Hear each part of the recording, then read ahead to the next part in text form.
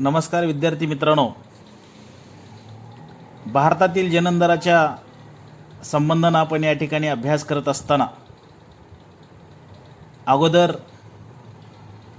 जनन क्षमता आणि जन्मदर या संदर्भाने त्याच्या संज्ञेच्या अनुषंगाने त्या ठिकाणी चर्चा करणं आवश्यक होतं. त्याला अनुसरून आपण मागच्या तासिकेमध्ये चर्चाही केली. त्याचबरोबर भारताचा जनन दर किंवा भारतातील जनन दराच्या संदर्भाने अभ्यास करत असताना जननावर परिणाम करणाऱ्या घटकाचा आपण त्या ठिकाणी अभ्यास किंवा चर्चा मागच्या तासिकेमध्ये केलेली आहे.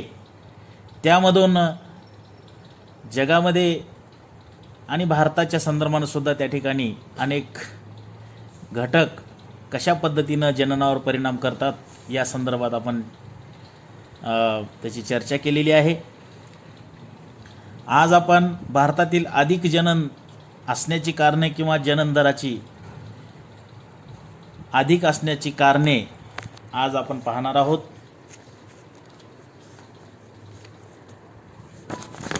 भारतामध्ये जनन दर हा इतर देशाच्या मानाने जास्त आहे आणि त्याची कारणे सुद्धा या ठिकाणी त्या पद्धतीची असलेली आपल्याला पाहावयास मिळतात.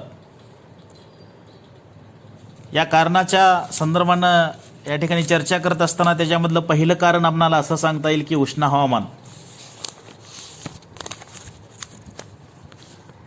आपण मागच्या तासिकेमध्ये पाहिलेलं आहे की जननावर परिणाम करणाऱ्या घटकामध्ये प्राकृतिक घटकाचा ज्यावेळेस आपण त्या ठिकाणी चर्चा केली त्याच्यामध्ये हवामानाचा परिणाम पाहत असताना उष्णकटिबंधातील मुली लवकर जननक्षम बनतात, त्या तुलनेत थंड हवामानातील मुली ह्या थोड्या उशिरानं जननक्षम बनतात असं त्या ठिकाणी आपण चर्चा करत असताना सांगितलं. भारतात बहुतेक भाग हा उष्णकटिबंधीय येतो, म्हणून भारताचे हवामान उष्ण आहे. याचा परिणाम म्हणून भारतातील मुली ह्या कमी वयातच स्त्रीत्व प्राप्त करत असतात. साधारणपणे भारतातील मुली 12 ते 15 या वयातच प्रजननक्षम बनतात. यामुळे मुलीचा प्रजननक्षम काळ वाढतो आणि त्याचा परिणाम म्हणून त्या ठिकाणी जनन दरात वाढ होण्यासाठी होत असतो असं या ठिकाणी आपल्याला सांगता येईल. दुसरं महत्त्वाचं कारण आहे जनन दर अधिक असण्याचं म्हणजे कमी वयात विवाह. भारतात शक्यतो ग्रामीण भागामध्ये कमी वयात त्या ठिकाणी विवाह केला जातो.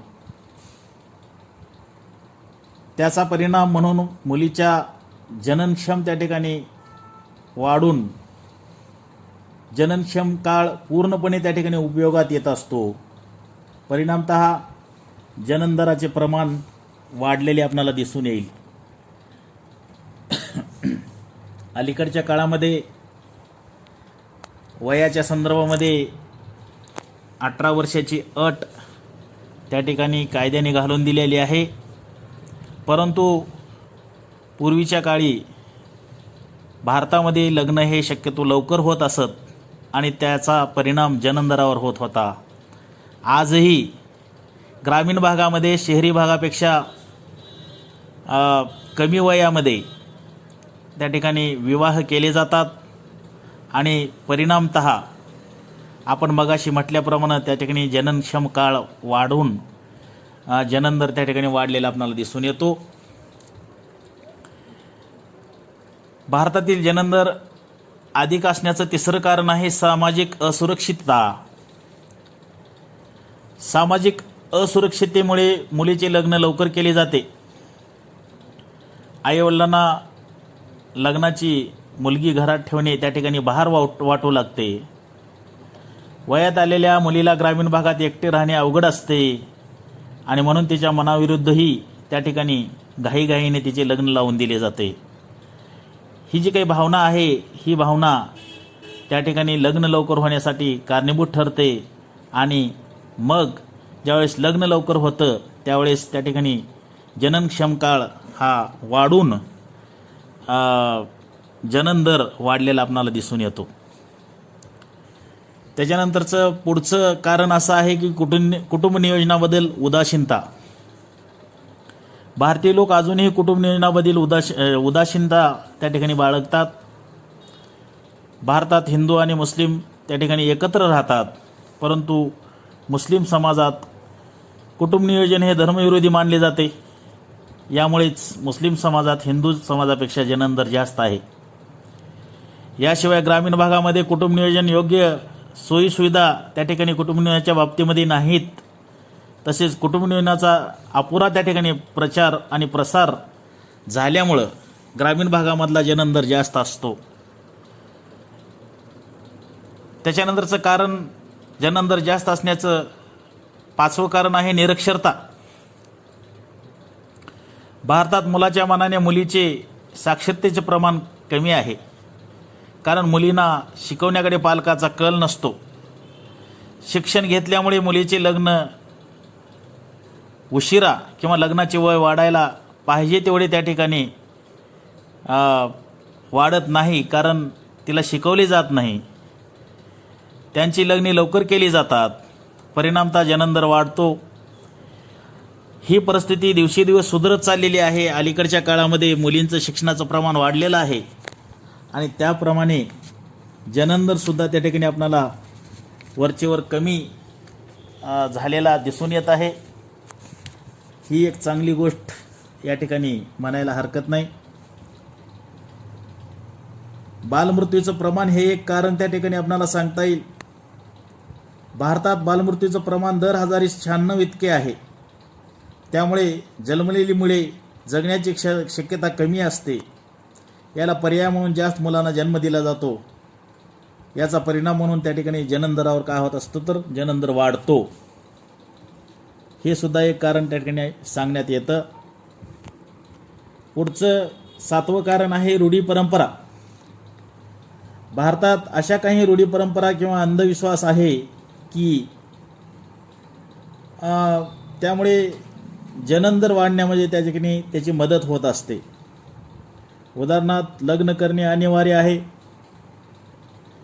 लग्न करून त्या ठिकाणी नवीन अपत्यांना जन्म देणे हे कर्तव्य समजले जाते. जर कधी अपत्य होत नसेल तर दुसरा विवाह त्या ठिकाणी केला जातो आणि अपत्य प्राप्त केले जाते. आणि एखाद्या वेळी त्या ठिकाणी पहिल्या पत्नीला पण अपत्य प्राप्त होत असते. यामुळे आपोआपच जनन दर वाढतो.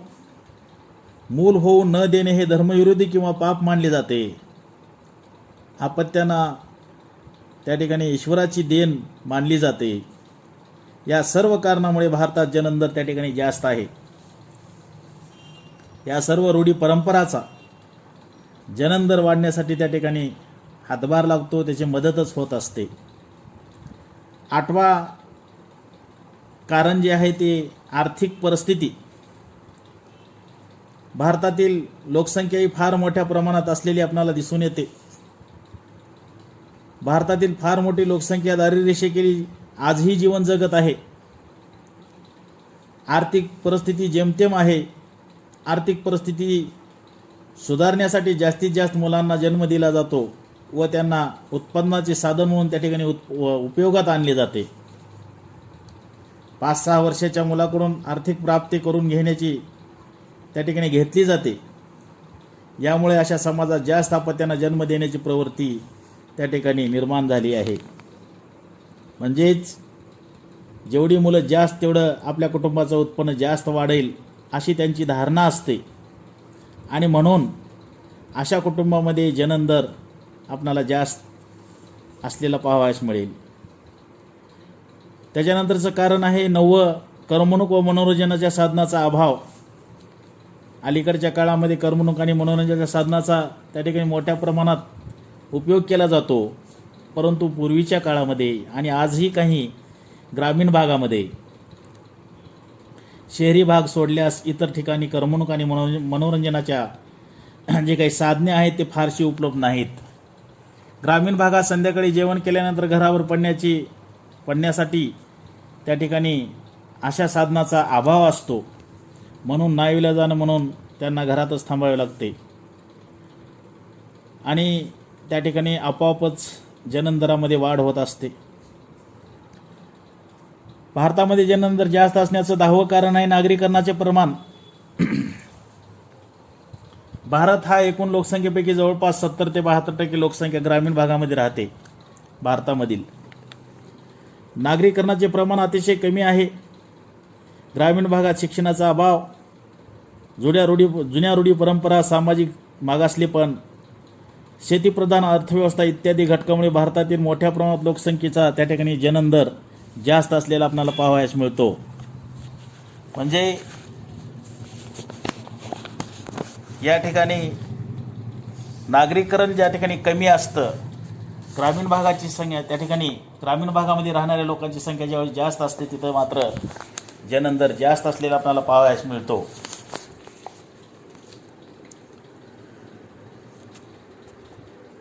भारतामध्ये जनन दर हजारी प्रामुख्याने जर समजा त्याच्या सुरुवातीपासूनचा जर या ठिकाणी आलेख पाहिला तर 1901 ते 11 या दरम्यान जनन दर 48.1% होता. 1941 ते 51 मध्ये तो 39.9 झाला आणि 91 ते 2001 मध्ये 25.4 झाला. म्हणजे त्या ठिकाणी जनन दर हा कमी कमी होत आलेला आहे.